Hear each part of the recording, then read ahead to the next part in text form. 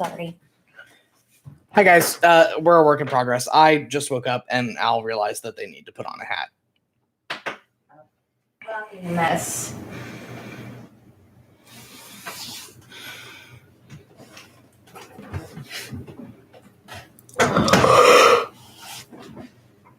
Oh no! When I say I just have to do. oh god, when I say I just woke up, I mean that I was like in the middle of a nap. Okay.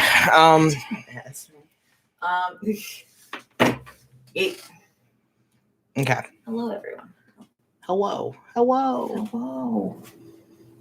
This hat is also a mess. I don't know where my other one went. Did I have a nice nap? Not nice enough because I had to wake up. But okay. Bye-bye. Okay. Yes. There we go. And then let me just retweet all of the shit and like. Yes.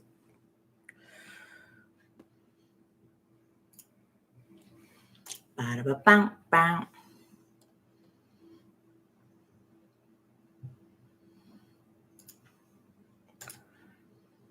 Okay, cool and fun. Okay. So this is our first foray into our hopefully new Q&A format. Mm-hmm. And let's talk a little bit about how that's going to go. Yes. So basically what we're doing is now that the Discord has like the Titanic sunk into the sea forever. Amen. The evil has been defeated. Yeah. Now that is a thing, yes. We don't really have a easily accessible source of questions anymore. Well, yes. Easily accessible. That a volume. At volume. So essentially what's going to be happening is every week we are going to be selecting like 5 to 10 questions from folks over on the Patreon. Yeah. That we can talk about at length. Yeah, because we're looking for like some meatier questions that we can kind of sink our teeth into a little bit and like actually do some discussion about and have some like real, like creator input on and kind of just like weigh in on. And, and that's not to say that we don't love our, what is X's favorite candy bar questions, because those are fun. We didn't enjoy those, and we do want to have some of those like at the end of the Q&A show, but like doing an hour and a half of those. Yeah, it gets old. And also we did set up the Q&A intending to have it be kind of the meatier discussion. So and I mean, so basically what's going to happen is we're going to open up like the last half hour pretty much of the Q&A to those kinds of questions where we're 20 minutes. 20 minutes, like somewhere in there where we're just opening that up to the chat. So we're going to be like monitoring the chat in the live stream. Mm-hmm. And then the other ones we are going to be picking from questions that were submitted through the Patreon. Yeah. So that way, the folks on the Patreon are still getting bang for their buck. They're still getting that preferential question submission and stuff like that. While I just realized that our skull coaster holder is fully visible on our table. Yes. Yeah, that is a skull, and it is full of coasters. And yes, I did get it in Vegas. The coasters also have skulls on them. This is just, that's a vibe for this Q&A. Oh no. So yeah, like the last 20 minutes or so, we're going to be kind of opening up to the chat where like you guys could just rapid fire put in questions, and if we can see them, like, if we see it and if we get to it, then we do it. But the one way that you have not necessarily a guarantee, because we are still selecting the questions, but like you've got priority for getting your question selected if you are a member of the Patreon. And we are going to be aiming for kind of like the meatier, more, show specific questions from the crop from the Patreon. Ideally focus on the last episode that we released. Yeah, so and we have some of those right here. Yes, so I have a couple that came in after we put those together. So. Okay. So let's go for this. I gotta stop throwing up peace signs on the stream. Yeah. Cameras. I'm not good at cameras. It activates my selfie pose instinct, which is always this. I don't know what else to do with that. I'm sorry. So first one that I have on my little list is how did Barry feel when the betrayal happened? Stupid. I have to tell everyone before we recorded while we were recording episode 12. While we were recording episode 12, we were talking about alliances that Leo needed to make on the council. And Barry, spoilers for episode 12, by the way, Barry said the words to me, well, I know I've got Bobbin in the bag, so... and I just had to... And I just, like, as soon as it happened, I felt so dumb because I had been such a trusting little stupid boy that entire episode. And like, as soon as you asked me to roll that Constitution saving throw, it was like I had a math meme moment of like all the equations appearing in the air ahead of me, and I was like, oh my god, he's actually been so skeevy this entire time. And I hadn't picked up on any of it. And I was like, cool, I'm going to die for this now. Leo has much the same problem that you do as a person, which is, oh, this person was nice to me once. I trust them forever. Yeah, I trust them implicitly now. They can't do anything to hurt me. There's no bad intentions on this person. They said something nice that time. Yeah, no. And I mean, it was literally just like all of the pieces falling into place as soon as you said... While we were recording, as soon as you said, Leo, roll me a Constitution saving throw, I was like, oh. Yeah, it was very funny. Oh. and that got cut out of the actual show. Yeah, and like everything started falling into place. And like, because he was so skeevy the entire time, like even back to like episode 4 and questions I never asked about him, like being super cryptic, like, oh yeah, I have some connections with the Thieves Guild. If you need me to use my connections with the Thieves Guild. And you just never pried into it more, so I didn't even get to drop like the real foreshadowing. Like, I just had to drop as much foreshadowing as I could in the fact that Bobbin was a capitalist. And like part of that, which is enough. Yeah, no, which was enough. I just didn't think he was the kind of capitalist that was going to try to kill me. Yeah, thought he was a more hands-off kind of capitalist. Like you always mentioned him, you know, like having the ledgers and everything, and like you know, even in episode 12. A lot of the way that he was acting was like so skeevy, and I glossed it over under the assumption of, oh, this dude is on my side. I don't need to worry about it because I've already finished his side. I was kind of thinking of it in like video game terms. Yes. Of like where you have to go around and complete side quests for people, and then like once you complete their side quests, you like have them unlock forever. Yeah. And that wasn't what was going on. No, not even a little bit. No, and I was just, and you said that and everything just fell into place. And I was like, oh, fuck, I'm an idiot. So stupid is how Barry felt when the betrayal happened. Because almost instantly, as soon as Al like started putting that into motion and I started realizing that was what was going on, I was like, oh, I fucked up. Yeah, it was very funny. Was anybody else on the council going to betray Leo if things had gone differently? So like if the plot had gone different places. Okay. So the thing with the council is that, first of all, I want to say this from the start. Lockamark was only supposed to be 2 episodes. And then it wasn't. But the whole thing, Warren and Wilhelmina, the whole thing with Ravane, that was all supposed to be like 2 episodes, very compact, then we move on to the next thing. So there was a lot going on with the council behind the scenes that I didn't get the chance to go into a lot, if that makes sense. Like, the most developed person on the council was Isaac Ashthorne, followed by Wilhelmina Dawnchaser. But like the rest of the council had their own machinations going on in the background. I believe I had in my notes that Jasper was in on it. I believe I had that. Which makes sense because he was the person on the other end of that business deal. Yeah. And also... Well, no, Jasper was the one. I believe Jasper was the one who made a derisive comment about Leo being Bertrand's boy toy. Oh, no, he was, but he was the person that Bobbin owed money to. Yes. Yeah. Yep. Yeah.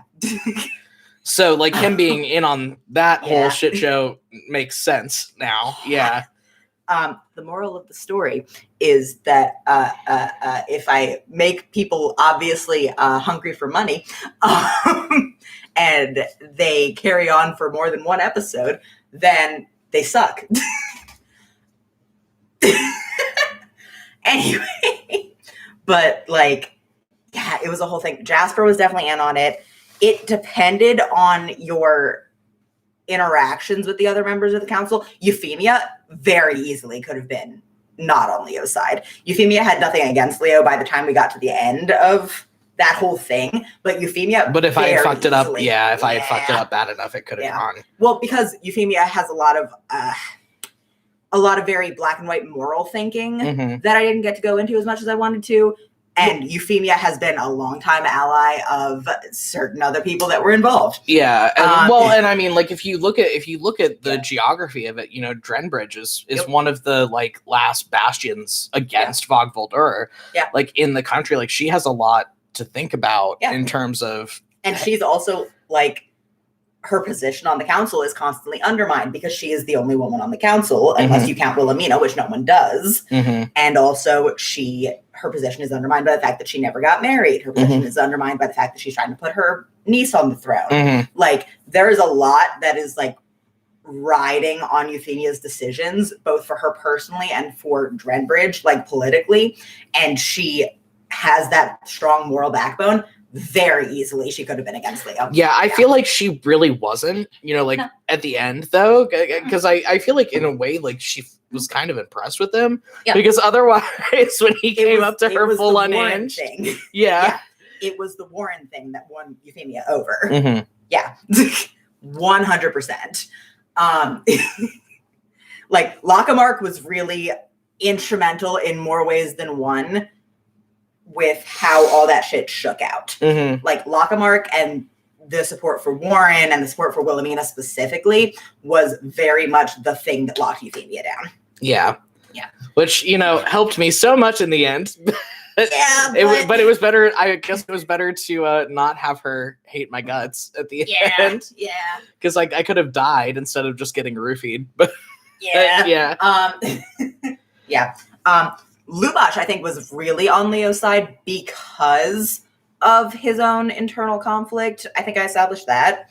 Like, just because of his political conflict, because, like, Lubash politically is kind of having to juggle, like, first of all, just, like, there's a lot of cultural weight going on around Eisenhall that he had to kind of juggle that he inherited unexpectedly.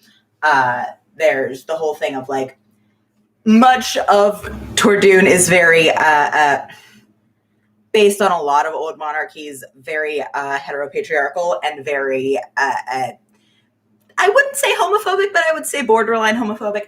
And Lubash is openly in a polyamorous relationship and trying to get his kids to inherit what he has, and it's a whole big thing for him.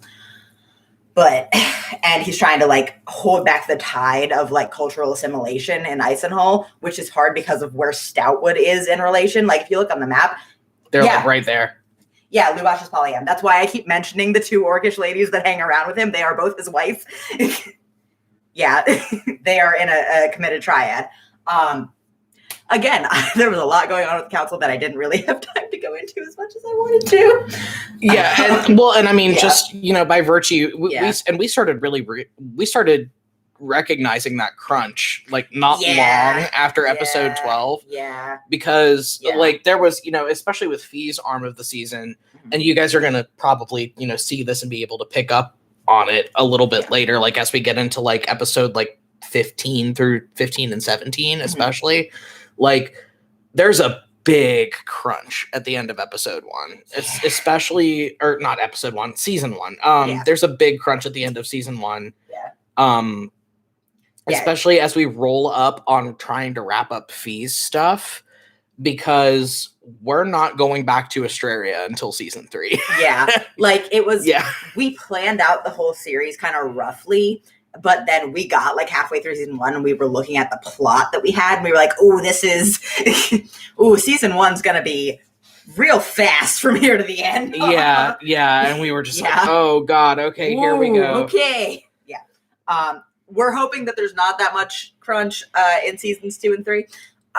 Well, we actually have an actual damn filler arc planned for the beginning of season 2, which is going to be so nice. Which I hesitate to call it a filler arc because it has a lot of character development and relationship development that's very necessary. Yeah. And that I feel if it was not there and if it was not given it would be really rushed. It would be really rushed, and it would undercut the themes of the entire series if it wasn't there. So I hesitate to call it a filler arc, but there's not a lot of fun. There's not a lot of fun. Hi, sorry. It's one-shot adventures for a lot out of the first half of season 2. Yeah, and that don't have a lot of bearing on the rest of the plot of the series. But they're necessary. Yeah. Like, especially with Fee's arm of season 1, we are trying to shoehorn so much plot in there that, like, because again, we're not going back to Astraria until season 3. So, like, everything that was discoverable in Astraria had to be handled. In 10 episodes. Yeah. Less than 10 episodes. Okay. And, like, everything that was going on with Leo's half of the season had to be handled in like less than 10 episodes. And we felt that crunch around episode 12. Yeah, because we're not going back to Tordoon ever. Yeah, after season 1. Lots of stuff going on. What's your favorite PC/NPC character development moment so far? Well, our favorite for Zed is wow. That's not a character development. No, it's just a character moment. It is a character moment, and we love it. Wow was probably my favorite line of the season. Oh man. So far, I think my favorite moment for Fee was going into Merlin's office in episode 11, I think. Yeah. Mm-hmm. That moment where Fee like makes that decision to be like, okay, you know what? I'm gonna lie my ass off. And I'm going to hope it works. Have you seen his, sorry to interrupt, have you seen his gingerbread house? No. Nope. It's maybe under the couch. Sorry, Chelsea's looking for Woody's toy. Yeah. But for Fee, as of episode 12, I think my favorite character development moment that she has had was that confrontation in the office, and just that moment of like, oh, do you really think you could kill your brother? And just lying her ass off. Yeah, absolutely. Yeah. Yeah. Oh man, Leo, so far as of episode 12. Remember, guys, we've recorded the entire first season, so this is taking us a second. I'm editing episode 18 right now. So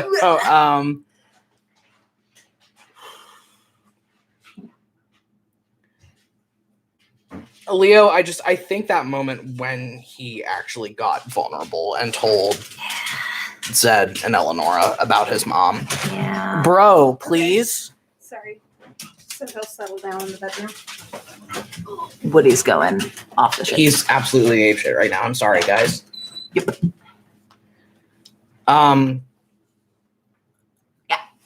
Yeah, I think that moment where he like actually got vulnerable with Zed and Eleonora and told them about his mom, I think is my favorite. And like that moment at the end of that monologue where he tied everything back to it, and you realized like why he felt the way he did about everything that was going on in Lockham, where he was like, Warren and Wilhelmina are not dying and Warren is not losing his throne, and like the tie back. So you like actually saw the stake that he had in all of that. That I think that was my favorite Leo moment so far. NPC character development moment. I also really liked for Fee the moment with Lorelai, but that was just because that came from a really personal place. Yeah, that one was really good too. Yeah, Fee's entire dynamic with Lorelai is very personal. And then I do love Kalesa. I want you to tell me these motherfuckers are gonna burn. Yes. Is probably my favorite Kalesa moment. Yes. Because I feel like, and I don't want to accuse Kalesa of being like written off or anything, but I feel like it is kind of easy to write Kalesa off as like this funky comic relief character that's kind of there to like be a little pressure valve on a lot of the situation. But like, no, Kalesa has a really big stake in all of this too. Yeah. And I liked that was illustrative of that. And I feel like part of how Kalesa comes off is definitely, for her as a character, intentional. It seems like she intends she to purports the- herself as like the funky, yeah. Like she intends to position herself as comic relief and position herself as non-threatening, and then is super fucking scary, Yeah. actually, when she wants to be. Yeah. And then she is just the way that she is. Yeah. And also, I would argue between like both of the storylines, I would argue other than Leo and Fee, Kalesa is the person that has the most stake in the conflict. Oh, and she's already Yeah. lost so much. Yeah, I mean, exactly. like she, functionally she has lost Leo because he's gone, so that's one of her best friends. Soren is dead. So that's the other one of her best friends that she had been friends with since she was a literal infant. Yeah. She's got Fee now, and that's it. And Fen, yeah. And Fen is like a reminder of Elena, who she was close to. Yeah, and Kalesa was, and again, I don't know how much this is going to come up like in script, but Kalesa dated one of Fen's older sisters before they died. Well, and also like we have that whole talking point of like there's a on Team Fee, and especially within that trio, there's like so much not bad faith, but I do think distrust kind of shooting around and pinging around between well, I would say between the three of them, but Fen is like a big dumb golden retriever and trusts everybody. And I love that about him. Fen is a big dumb golden retriever and trusts everybody and doesn't understand why nobody trusts him. But really, it's because he's directly on the paycheck of Moreland Valsine. I mean, that's I understand where Fee's coming from on that, and I mean, I feel like to a degree. Well, more than that, like I've discussed this between us, but like where Fee's coming from is, first of all, he is directly on her father's paycheck. Second of all, so is his dad, which is the only person that he has left. Yeah. Like not only is his dad directly on that paycheck, his dad is the physically closest person to Moreland Valsine at all times. Mm-hmm. Like Fee is very well aware of what Fen stands to lose. Yeah, and so like part of her distrust of Fen and like part of her like trying to distance him is very much because of that. Yeah. And then with Kalesa, it's just like Kalesa has very rapidly watched the network of people that she can trust dissolves, and just like Fen has never been super high up in that network for her. Like Fen, she likes him. Oh yeah, Fen and Kalesa are very good friends. Yeah. Kalesa doesn't know that Fen could be the person to reach out to if she's in a bind. Like, I mean, they just don't have that kind of dynamic. Whereas, like, with Fee, I feel like because of all the stuff Fee and Kalesa specifically have gone through together, Kalesa absolutely thinks that, like, Fee is that crisis person. Like, Fee is that person that, like, if you are fucked, if you are on the side of the road at 3 a.m., that's the person you call.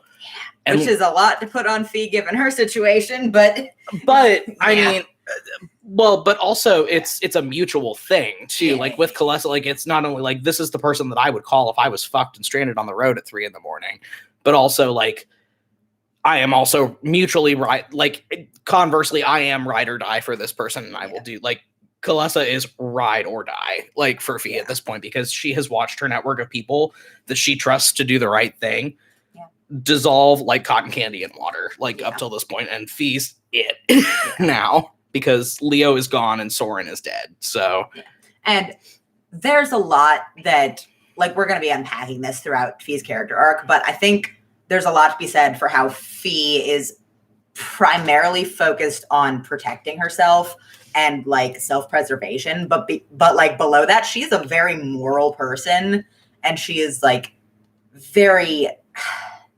I'm trying to think how to say this. She is very sure of her own instincts morally, I think.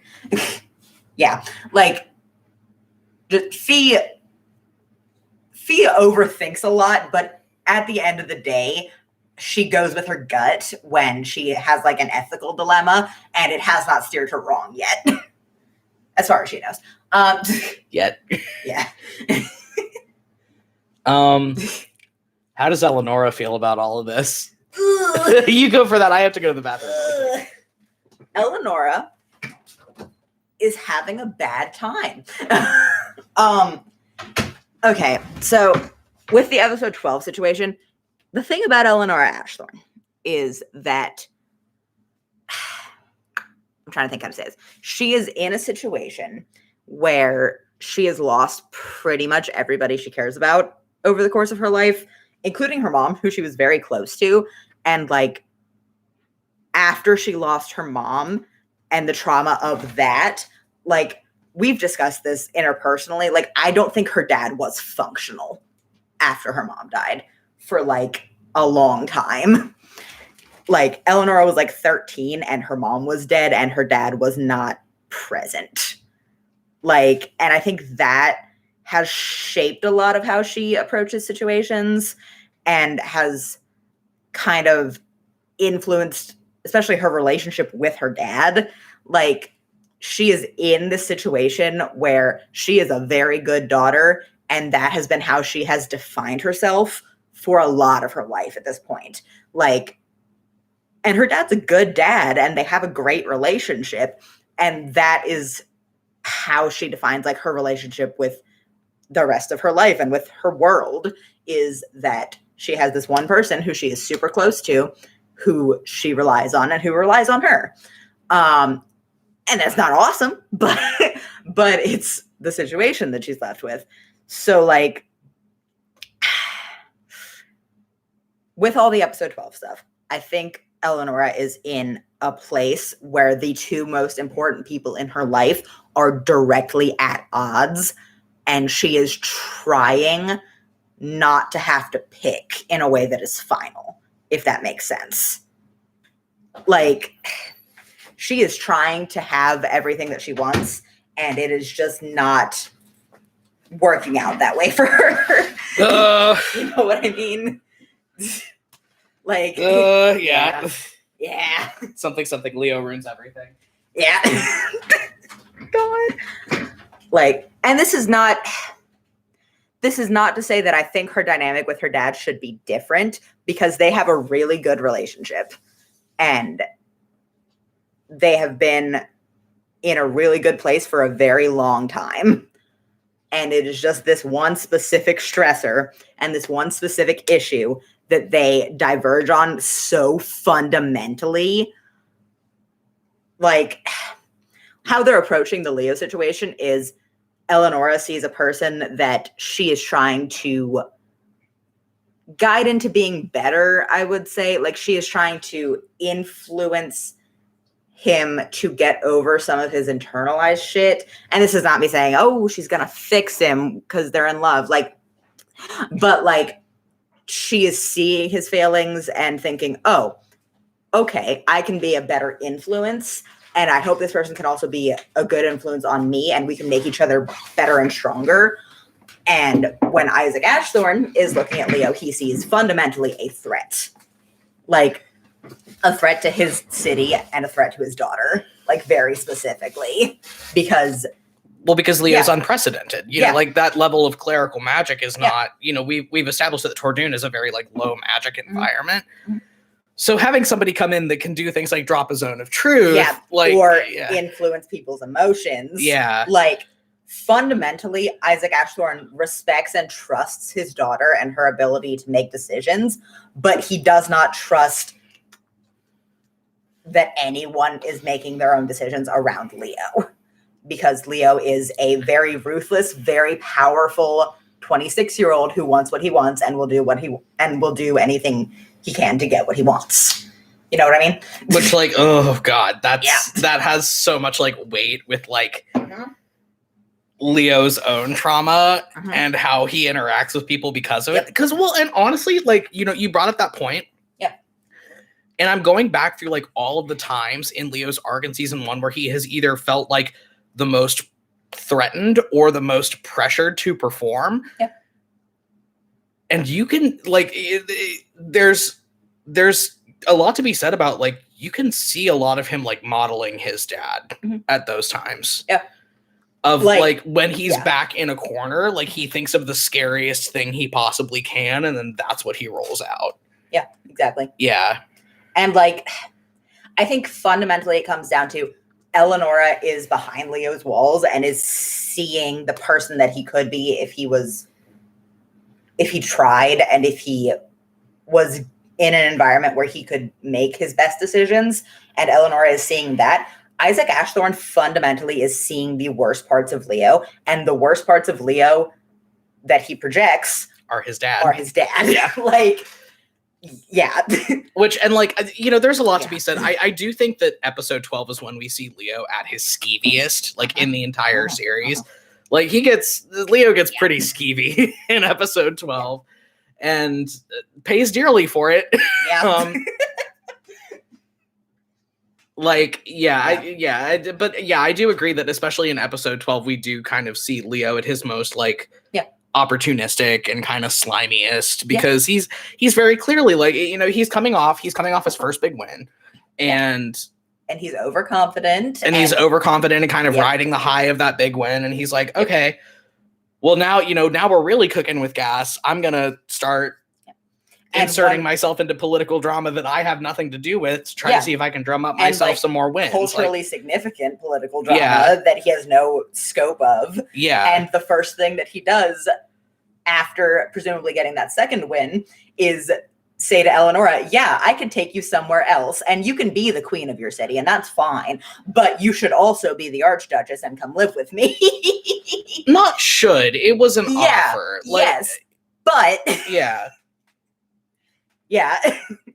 Like, I am so afraid of Isaac Ashthorne being over-villainized by the fandom, because he just is not a villain. He is a fundamentally good person who is looking at Leo through the lens. He is essentially looking at Leo and seeing a young Moreland Valsine who he doesn't have the scope to realize that, and he doesn't have the viewpoint to know what he's looking at, but that is what he is being presented with, and he is reacting completely appropriately to that. No, yeah, well, because like a big part of Leo's arc for season 1 is essentially like him being this shitty little rich kid that like tries to deal with his situation by continuing to be a shitty little rich kid, and then he loses everything for it. Exactly. Because again, like his whole greater arc is very much about like learning responsibility and learning true leadership and like what it means to actually be a leader and what it actually means to be a hero. And like Eleonora is a huge catalyst in that. Yeah. Like Isaac Ashthorne is a leader and is a battle-tested leader and is someone who has had to sacrifice a lot and has lost almost everything and has had to step up a lot and be a really both like morally sound and very like morally sound and steady and very capable leader for his people for the last 10 years. And then this dumb kid from Australia swans in and says, actually, I want to get thousands of your people killed to get me my throne because I want it. Like... I swear, guys, Leo's going to get better. Yeah. I swear he's going to get better. Yeah. He's already actively working on it. Yeah. He already has actively gotten better since the first episode. Yeah. And like, that's entirely separate from Leo's actual character development. It's a complicated situation, and Isaac Ashthorne is a complicated antagonist because he is the most reasonable person in season 1. He is the person who was reacting the most reasonably to this. Yeah. Can we hear more about Leo and Ravain's dynamic?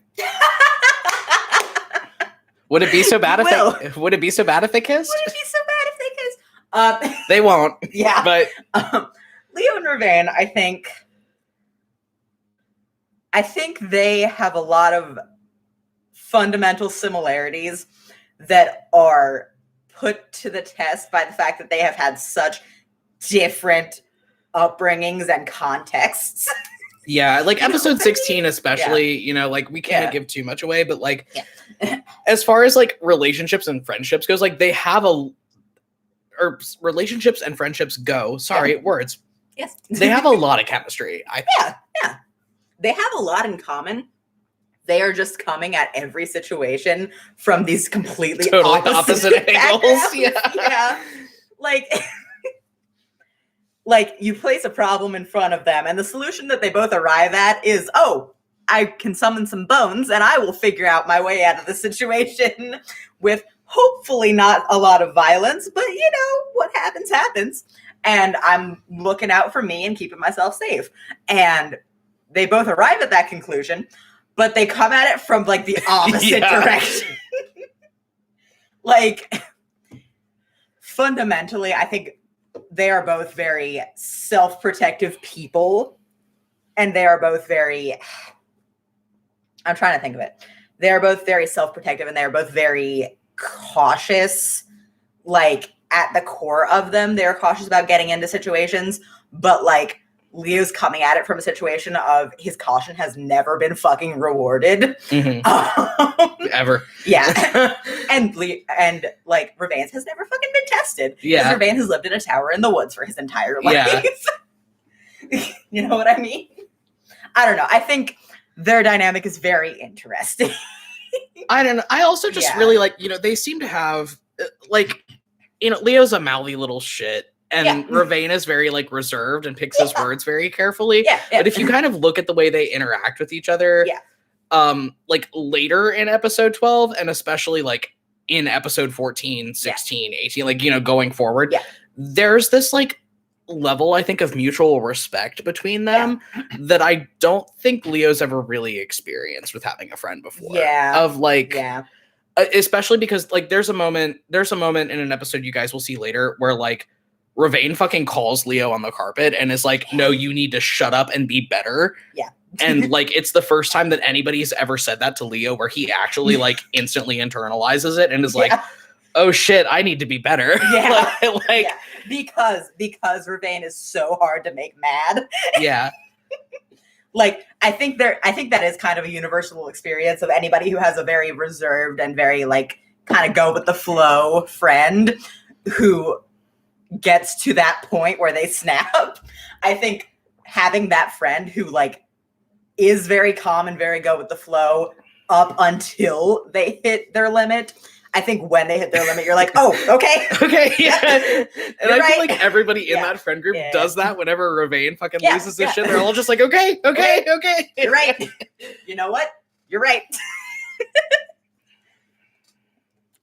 But I have a lot of feelings about their dynamic, and it's very near and dear to me. But I think especially, like, that kind of, and again, because it's the same sentiment coming from totally opposite angles, in that, like, Leo has had a lot of friends in his life. Yes. But has never really had one that he was, like, in a place where if they called him on the carpet and was, like, actively just like, you need to fucking be better, that he would listen. Whereas, so, like, that level of respect versus, like, Ravain, who just has never had a friend, period. Yeah. And is like, this is a funky dude. Yeah. I feel like I can respect him. Funky dude. He gets my special interests. Yeah. He doesn't think I'm weird when I pull the bones out. Okay. I think Ravain is getting into a situation where he's around more people and he's realizing how many people think he's weird. And then having Leo there who doesn't think he's weird. He's like, okay, yeah, right. Cool. Like, Leo thought he was weird at first, but that was because of, like, extenuating circumstances. But I feel like now, like, he's kind of. That wasn't because of Ravain as a person. Yeah, that was because of everything else surrounding the situation. Yeah. That was because of the mushrooms. But, like, Leo, which objectively are weird. But objectively, the mushrooms are weird. But, like, Leo doesn't treat Ravain as a person. Like, he is strange. Yeah. You know? Which I think Ravain really appreciates. But yes, I have many feelings about their dynamic. They are very good. I love their dynamic. I also have other questions that came in after this. Okay. Yes, okay. We got asked, hey, why did Bobbit and Lubosh do that? Lubosh didn't, was my understanding of it. Yeah. I want to, like, from the top, I want to make that super clear. Lubosh was not involved in that entire thing. Lubosh was just trying to, like, everything that Lubosh said in episode 12 was very honest. It was very straightforward. He had a boat come through a very culturally significant area that he was trying to preserve. with no care to the fact that it was culturally significant. And he was just trying to get some recompense for that and to stop it from happening in the future because it had been happening for decades and centuries. You know what I mean? Like, everything that Lubosh said in episode 12, you should take more or less at face value. He wasn't really playing a second agenda there. And Bobbin was the whole time, and I didn't pick up on it. Why Bobbin did that was money. Yeah. Like, and I just the whole time. Yeah. From episode 2, I had planned for Bobbin. And that's the thing is, like, the building blocks of it were there. Like, you know, going back and listening to this stuff and like editing it before we publish it and everything, like, I would start seeing and I would be like, oh, there's a moment where Bobbin was really skeevy. Yeah. Oh, there's another moment where Bobbin was really skeevy. Oh, fuck. Yeah. Bobbin is in a situation where he inherited a lot of debt as the King of Stoutwood. And the way that he has chosen to handle that is by turning into fucking Wilson Fisk. Basically. like he has chosen to handle that in as ruthless of a way as he can. Like, Bobbin's whole character arc and his deeper motivation is fuck you, I'm gonna get mine. Which is an interesting narrative foil to Leo. Who started out that way and then is like in the process of becoming better. Yeah, exactly. And then gets fucked over by that narrative foil. At the moment where and also like at the moment where he kind of leans the hardest back into what he was when he started to, like, that's when he gets fucked over by that narrative foil. I think that's really cool. Exactly. Yeah. It was tasty. But like Bobbin from the beginning, I set up to be that. Like, he's just a shitty little man who wants some money. Because his city got fucked up by a war. And his grandfather, who was the previous king, spent a lot of money to try to like revitalize the arts sector. And like that was the purpose of like Eleonora's whole offhand comment about like, yeah, and they built up all this fun architecture all over the city and poured a lot of money into public works. Like, and objectively, that's a good thing. But it put Stoutwood, when the Civil War hit, in a lot of debt. And Bobbin's a shitty little man. Who will just... Yeah. Who we're not going to fucking see again. Oh. And who will not get his comeuppance. I'll find a way. We can make a detour on the way back to Australia. I'll find a way. We got a hit list. It's Bobbin and Zed's ex. Leo has like a fucking Arya Stark list, and right now the top 2 are Bobbin and Zed's unnamed ex. Yeah. And then his father.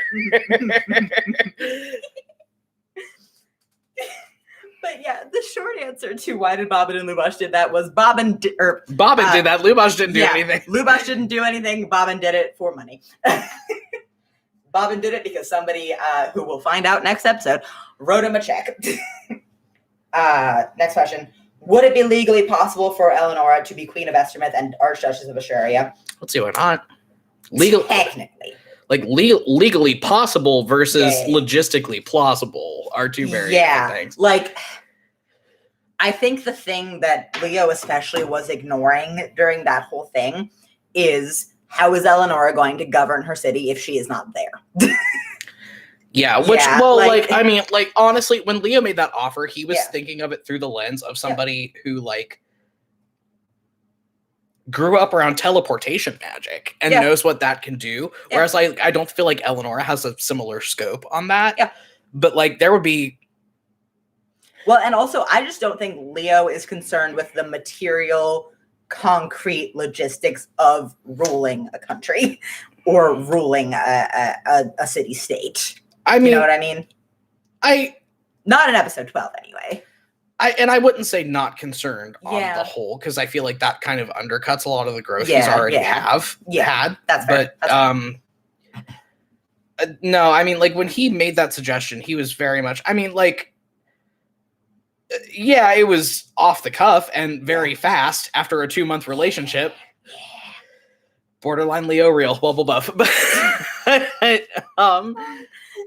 uh, but you know, he was kind of coming at it from this like paradigm of a person who grew up around, you know, teleportation magic and like this idea that I feel like Eleonora doesn't even have the ability to wrap her head around this like eventuality of I could be an Estromyth in the morning and then go home to Astraria at night. Like she has no scope for that. No. Whereas like Leo, I think has a little more scope of thinking of things like that. Yeah. Because Astraria has that level of magic. Yeah. And, you know, in the eventuality that I hesitate to say political marriage because that wasn't his intention in that at all, but actually happened, it would be implying an Astrarian-Tordunian alliance where there would be like arcane knowledge exchange. Yeah. So like Leo was very much coming at it from this paradigm of like, oh yeah, this would be totally possible. Like if she wanted to rule this city, there's nothing stopping her from using our huge wizard's tower in Astraria to teleport to work in the morning and come home at night. Like, you know.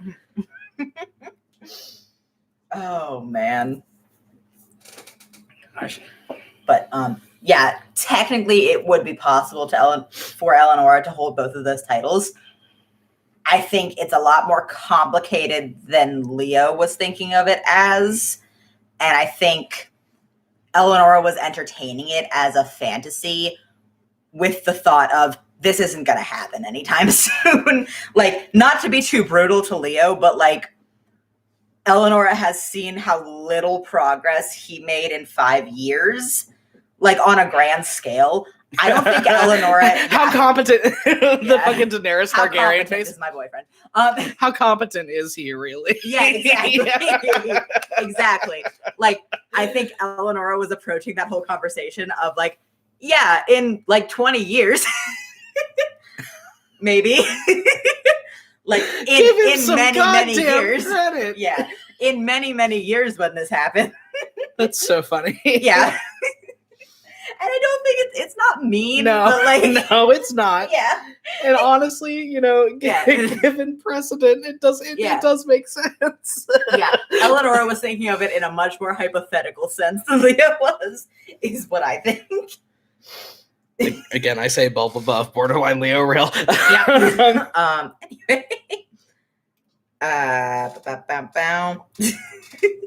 Also, the last question on my list was, did Zed hear Leo yelling for him? He was too far away. But, we'll talk about it in 2 weeks. Hey, remember when somebody made that comment about, wow, it would suck so much if Leo uses all his third level spell slots? Yeah. Because he's been sending a sending message to Soren. Yeah. And we were both like, oh yeah, that'd be fucked up, huh? Wouldn't that be fucked up? Wouldn't that be fucked up if Leo used his third level spell slots to send sendings to Soren instead of using them when he needed them? Wouldn't that be that'd be fucked up, huh?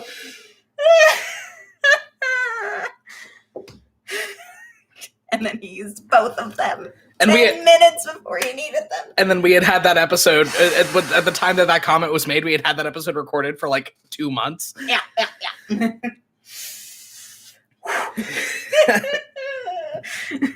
There's just a lot of dramatic irony in Leo's half of the season. Anytime Leo does anything of consequence, be afraid. It's basically Leo's half of season 1. Oh, we didn't get questions about this also, but I wanted to cover because I had to say it to you.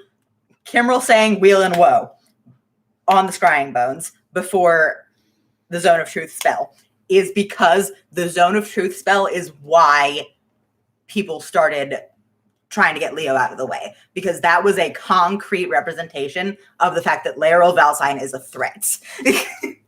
Like, it was Wheel and Woe because in the immediate sense, it solved the problem. It solved the problem that he had, but it was the concrete evidence. Laeral Valsine is a threat and needs to be taken care of.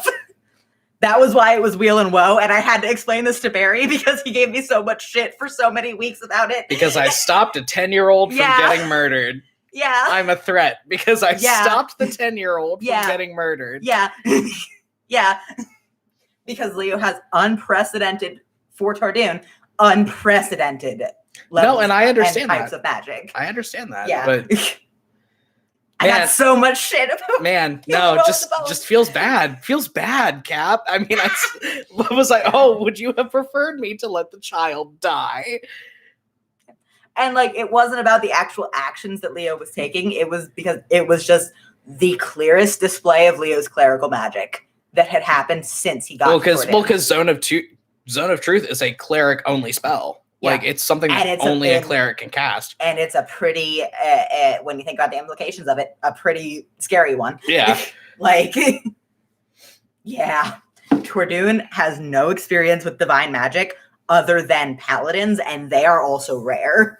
Isaac Ashthorn is the only paladin of the Tordoonian characters. And I mean, don't quote me on this. I don't think paladins can cast Zone of Truth. I don't remember. I'm Googling it. Hold on. Yeah. Looking it up. But like they have some like wizard's magic. They have like a little bit because Eleonora is kind of proficient with the arcane because Eldritch Knight. I am wrong. Oh, okay. It is not a cleric only spell. It is bard, cleric, and paladin. Yeah. But we also don't see any bards. Yeah, it's as far as the scope of the only bard that we see thus far in the entire series, Sabine doesn't fucking have Zone of Truth. So, yeah. Which is ironic. I do love her though. Sabine. But like Tordoon is very low magic. Like there is some wizard magic, not a lot. It's mostly like Eldritch Knights and Rangers, and like it's mostly mixed martial magic classes. And like the most powerful in divine magic person in Tordoon is Isaac Ashthorn, and like casting Zone of Truth on this whole room and just figuring out what's going on and just like making people spill their secrets is magic that he does not have access to. And I think Isaac is already aware of how like mold breakingly powerful he is and how easy it would be to abuse that power. And he is seeing more power than he has in a divine sense in a spoiled 26-year-old who will do whatever it takes to get what he thinks is his. Like the Zone of Truth spell was the deciding factor in getting Leo out of the way. And that's why it was Wheel and Woe. Like, anyway, Leo's never trusting anybody ever again. For 2 weeks, I got so much shit for the Wheel and Woe. I want you guys to know this is not a spoiler because it actually hasn't come into play yet. I haven't had to use it. Mm-hmm. But every day since that incident, Leo has had detect poison and disease on his spell sheet prepared and has been ready to cast it over any food or drink that he is given. Man, there was so much episode 12 that I was worried wasn't gonna work. But I was just so dumb. Did. Yeah, but I was just such an idiot. When you rolled that insight check in the tavern, I was like, and when I fucking went back and edited, I was like, oh yeah, there it is. Because I just saw what he's fucking doing, and then I didn't. And then I didn't. God, I'm such an idiot. Like, we need to impress that upon you guys. That was not for dramatic effect. That was Barry's just dumb. Barry just implicitly trusted Bobbin because he was nice. Yeah. Because he was nice to Leo that one time. Just implicitly. Yep. Yeah. No. Oh, this person was kind to me one time. Cool. Yeah. I would die for them. Huh, he's acting kind of weird. I'm sure that's fine. Bobbin's my good friend. I got Bobbin in the bag. I'm gonna put I got Bobbin in the bag on a t-shirt and make you wear it when you make bad decisions in the podcast. Oh my god. It's fine. Bobbin in the bag. It's fine when we make my detour in season 3. We're gonna make a detour in season 3 through Stoutwood before we go back to Astraria. And I'm just gonna deflesh his body and keep his skeleton. I hate it here. Make him dance for me when I feel sad. Anyway, does anybody want to submit more fun questions as we come to the end of our Q&A? So we have several minutes left that we could just take. We're going to start making the Q&As like a little shorter. I think we're going to go an hour 15 today. So like If anybody's got silly questions, drop them in the chat. Otherwise, we're just gonna keep riffing. Just fucking. I got Bob and I've got their military support on lock. We shouldn't have to do anything in Stoutwood. Shakes my former self like a maraca. You don't have to do anything about Stoutwood. I'll just worry about winning Lubosh over. Lubosh, who you won over pretty much from the first episode. Yeah. Lubosh, who didn't need that much convincing. I mean, at least I tried. Yeah, I know. Like, at least I know, was and I nice to support you so much. And it would have been very easy to piss him off and ruin that for yourself, and you didn't. Yeah, like, I mean, But, as much as we talk about Leo being an idiot, he's not, like, dumb as a politician. He's actually pretty good at it. Yeah. His only fallback as a politician is that he trusts people too easily. Yeah. We did see the art of Zed's cow plushie. We did. It's very good. Yes. I love Tell your that brother cow thank plushie. him so much. It was so good. It was so good. I do the imagery of tiny child Zed just dragging around the most destroyed plushie is just mwah. Oh my god. Hello. Yeah. Oh, I was gonna go into more of like we had a lot of like I had a lot of like minutia developed of the council that I knew we were never gonna fucking cover. For no reason, I developed these people like the fact that Euphemia is gay was never gonna fucking come up. But God, I love that lady. Yeah. The fact that Lubosh has 2 wives and all of his children are kind of a mix of genetics and only some of them are eligible for his throne, not going to come up. Something he worried about and something that informed his story, but yeah. The fact that his oldest son very clearly has a crush on Leo, not going to be of any import. Yeah, like, I worry. I'm not going to tell people not to ship Elidora and Lubosh's oldest son, but it was a worry for me, like in the back of my mind of, ooh, wait a minute. Hold on, he's gay. Yeah. How thickly should I lay on the fact that they hang out so she can act as his beard? How do we do character development so well? Thank you. It's an uphill battle. Yeah. Yeah. Like genuinely. It's a lot of just like developing the minutia of characters' motivations. Yeah, I mean, honestly, it's a lot of writing things and developing things that are never going to see the light of day. Mm-hmm. Because like that's why we do this.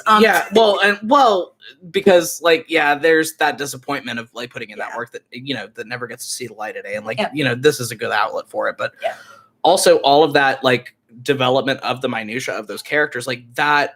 It so heavily informs how you play them. Yeah. Like, I have a lot of very like small things, developed for Kalessa and Fen that like aren't ever really going to come out. Yeah, exactly. And Sabine for sure. Like, because we would need a whole season to unpack what Sabine's got going Sabine on. prequel series. When? I would love a Beacon Schism prequel series. Actually, that would be really cool as fuck.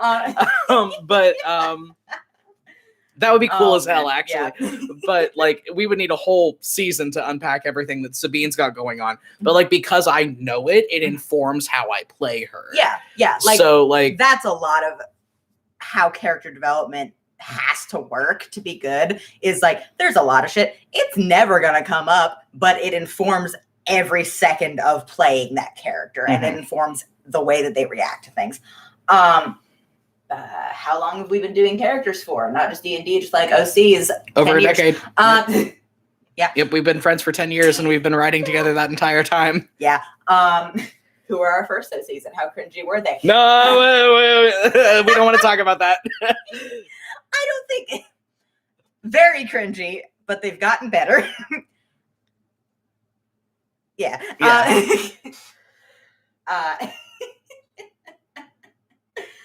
Oh, man. I don't think... One moment as we discuss this.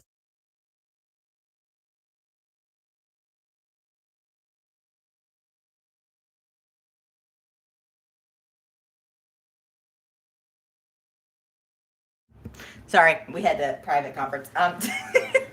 Yeah. It's fine. Behind the scenes secrets that we're not going to share. Anyway. But yeah, we have been writing together and writing our own original characters together for the entirety of our friendship, which is 10 years. 10 years. Yeah. Oh man, oh geez. And I mean, like, we've had the Val signs for 4 of those. I mean, like, we haven't been doing a super lot with them, but like, but we've had them. Yeah.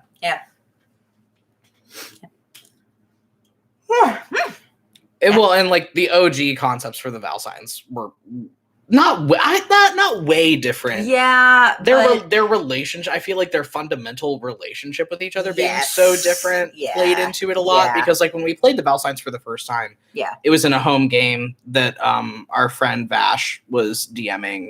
It was a Waterdeep. It was a Waterdeep campaign. It was really fun. It was really fun. But we were playing the Val signs as essentially like their backstory was the same, but when Leo left, Fee went with him. Yeah. And they were super close. And they were very, very close. Yeah. And that sure is not the case now. Well. Zed in season 2? Zed's in season 2. Zed sure is in season 2. Zed sure is in season 2. With the characters like Woody, Leo. Everybody likes Woody. Leo especially would love Woody because Leo loves dogs. He's a little boy. He's just a little boy. He's too stupid to dislike. Our dog is the dumbest animal in the world. Like, not even. That's not an exaggeration. He's so stupid. He gets distracted trying to pee sometimes, and I have to remind him to keep his eyes on the prize. Yeah, he's really, really dumb. He's really stupid. Leo deserves a dog. He sure does. He sure does. He sure does. Oh, man. Oh, jeez. My cat's been watching the Q&A with me. So true. Oh, man. How are the characters as pet owners, actually? I mean, I feel like Leo and Fee don't know how they are as pet owners because they've never been allowed to have pets. Yeah, we've discussed the fact that Leo and Fee were not allowed to have things that they loved as children. They were, like, barely allowed to have friends.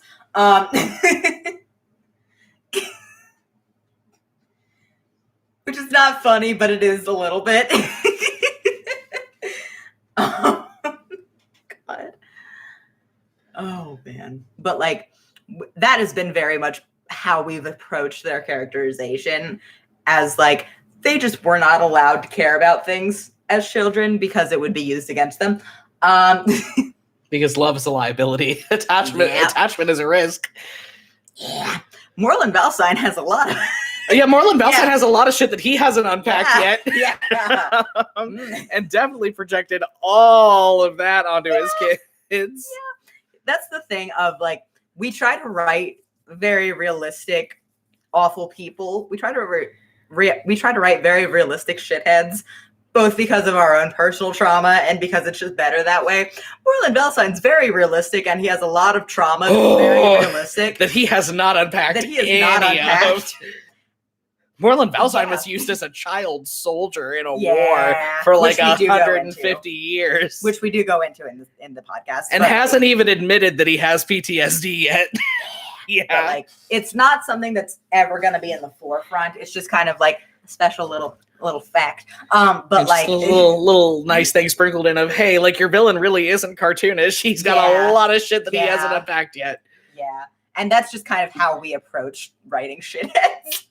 Because, like, I'll just speak for myself. I can only speak for myself here, but, like, my experience of shitty abusive parents is that they have their own shit to unpack. Oh no, yeah, and like, absolutely. And I speak for you on that one. No, I concur. I concur with that absolutely. And I mean, like, especially in terms of just like I am a person who finds villains really fascinating. Yeah. And like villains are something that I love to really like sink my teeth into and like really think about and really develop. Just because it's fun. And I think it's fun, and fight me in hell. But like I just like, I think there is something to be said for people who are shitty just because they're shitty and they want power and they want things. But like, which like we do have a villain like that in season 2, like the big boss. We have a villain like that in season 1. Bobbin's like that. And like the like. Well, no, our big boss in season 2 has some shit to unpack, but like very much the motivations of that person are very much like, I just want power. Yeah. Like, I want what I want. Yeah. And I'm gonna get it. Yeah. That's not Moreland, however. Yeah. Like that's a fun villain to have, but I think that works better for more minor villains or villains that are part of like a larger structure. If someone is your big bad, and if someone's like inner world and pathos are informing the central conflict of your series, they gotta be more complicated than that, is my view on it. Yeah. You know? Yeah. Yeah, because Moreland's whole thing is that like, it's just not fun. Moreland's whole thing is just like he has a very concrete list of priorities, and Astraria is the top of that list of priorities. Yeah. In every situation, up to and including the well-being of his own family. Yeah. Like, yeah. Like, I think there is a place for shitty, like, flatter villains as overarching big bads, but not when their character is a big fuel of your conflict. You know what I mean? Well, and that's just boring. Well, and a big formative influence on your other two main characters. Yeah, exactly. Like we just couldn't make Moreland. We couldn't count Olafify him. Yeah. Like, that's not even to say. That's not a good example. Yeah, no, because he was layered even in the books. We couldn't. I'll come up with a one-dimensional villain later.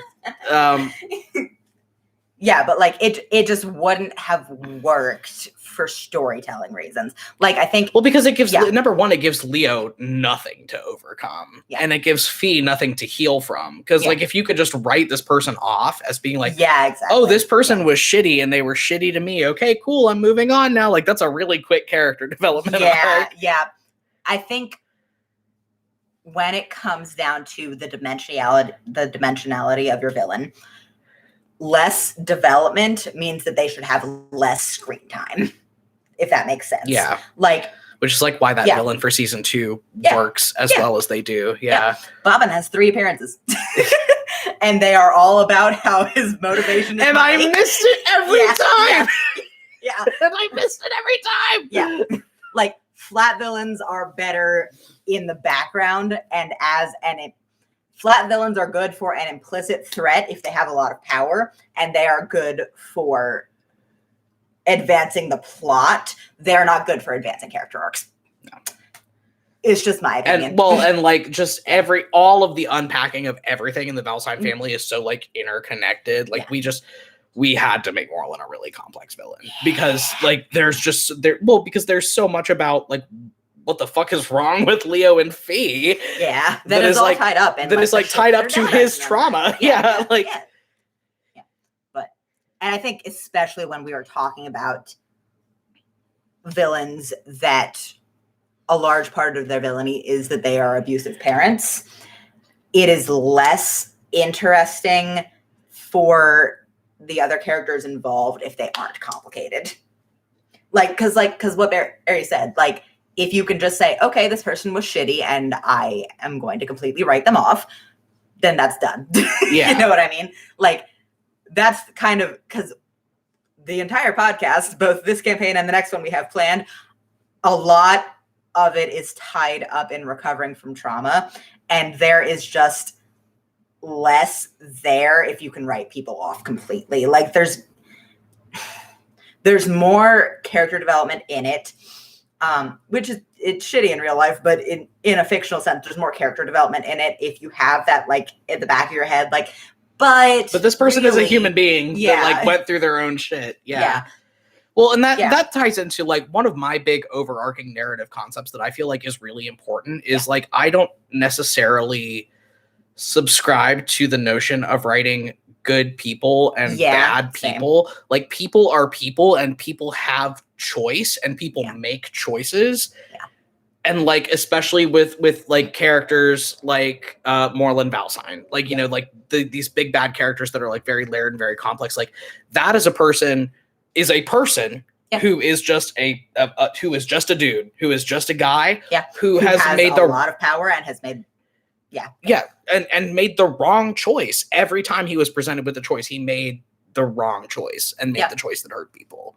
Yeah. So like and that he just chose to hurt people every step of the way. Yeah, and like that's a more, you know, as a writer, that's a more interesting thing to kind of like sink your teeth into and explore of like, rather than just like, this is a wholesale evil person that is just bad. It's more fun to have, rather than a one-dimensionally evil villain, to have someone who made all the same choices but very easily could have chosen to do better. Yeah, and because very he easily could have chosen to do the right thing. Yeah. And well, and like when you're, especially when that person is a narrative foil to your heroes too, of like that kind of mirror image of like, this person is like, these are both of these people are just people, but this person made the choice to do wrong and to do bad and to hurt people at every possible opportunity. And then you have, like, for instance, let's say Leo, like somebody that also started off doing that and then like learns to very consciously make the decision to help people and to love people and to like, good is a choice, kindness is a choice, love is a choice. Like and that's the podcast. Caring about other people is a choice. We yell as we hit the baseball bat every episode. And sometimes that choice... You're choosing to care about these people. Episode 12, and sometimes that choice has consequences. Literally. All right, guys, I think that's going to wrap it up for us this week. Yeah, that's a good note to leave it off on. Caring about people is a choice, we say, hefting a baseball bat over our shoulder. Yeah. All right, Caring guys. about people is a choice, we say every week as we plug the new episode into the podcatcher. Yep. Anyway, have fun with the big explosive beginning of Fee's religious arc next week, you guys. I have a lot to say next week. Yep. I have a lot of things. Okay, bye, everybody. Bye. Oh, man.